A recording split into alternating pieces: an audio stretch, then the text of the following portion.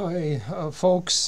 Today is November 8th, and it's seconds after 2 o'clock. We are a little bit late today because the EDUCO's presentation on digital transformation in higher education just ended.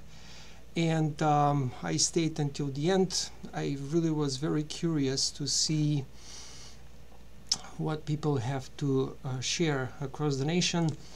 And as you can see, my very rough notes, the very first question that was posed was how important is digital information at your institution?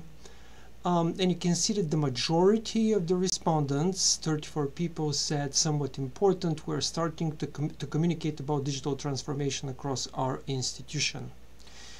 So the very next question that was posed was, what do you understand as digital transformation?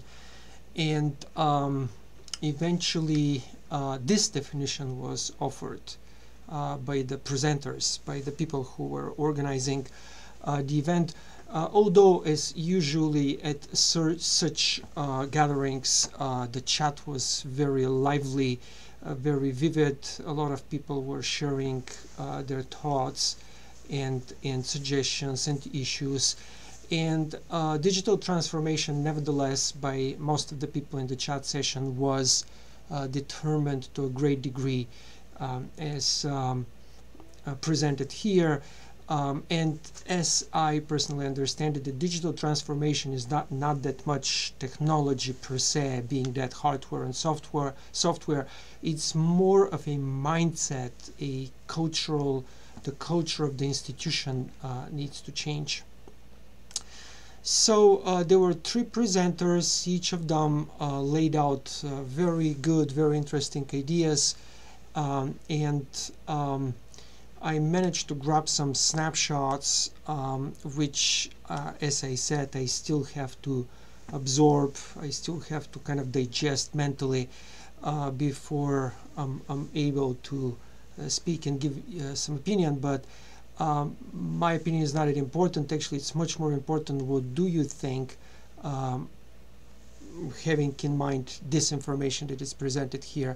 How do you see digital transformation in higher ed? Do you think we're ready for digital transformation? What does it entail, and how do you see it happening? Among the snapshots that really were detrimental for my understanding is this hyper-personalization that Malcolm, the first speaker, was talking about. He was drawing a very interesting parallel with Delta flights, how people see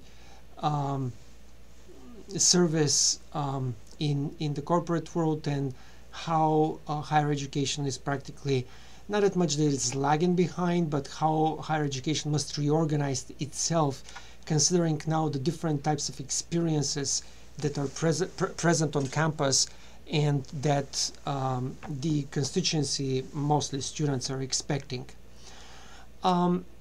Later on, I'm missing here pictures, unfortunately.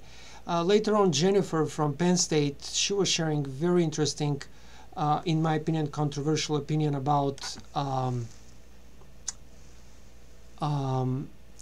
instructional design being part of IT, and in the chat section a discussion flared off, namely what does she mean by ID, instructional design, being part of IT? Several people, including me, disagree that instructional design must be way more content-oriented than technology-oriented. But I hope that we misunderstood Jennifer. I hope that Jennifer meant that with the increasing importance of big data and all the technological developments, instructional design has to understand much better technology, and in that sense being much closer to IT. So it is, my 5 minutes are over. Again, it would be great, especially if you had seen this EDUCO's webinar, to share your ideas, your impressions. It is absolutely clear that this conversation needs to take place on campus, especially on our campus, and it would be great to hear your opinion. Thank you.